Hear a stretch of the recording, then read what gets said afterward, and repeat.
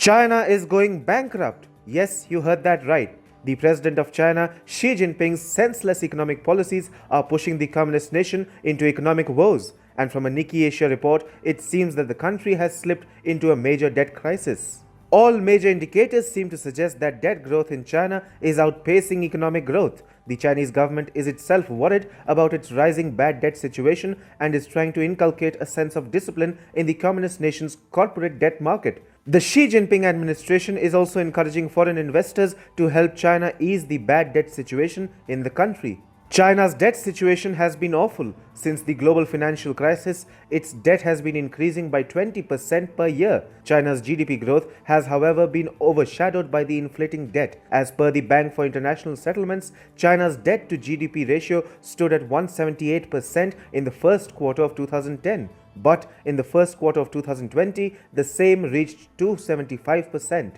Attention is now shifting to loan defaults by three Chinese state-owned enterprises, which are minor Yongcheng Coal and Electricity Holding Group, Huachen Automotive Group Holdings, and a chip maker backed by Tsinghua University. However, another issue is the local government financing vehicles set up by provincial and local governments in China to circumvent Xi Jinping administration's ban on direct borrowing from banks. LGFV loans were swapped into municipal bonds, and now these borrowings constitute 10% of China's GDP. A quarter of these loans will fall due in 2021, which can push China's debt crisis even further. China's debt situation is now worsening as emergency spending by Beijing during the coronavirus pandemic has accelerated debt growth. China's government and local authorities are struggling to manage the growing number of debt defaults. Take the example of China's Henan province. The provincial government has lined up a state-owned company to help tackle a series of bond defaults by Yongcheng Coal and Electricity Holding Group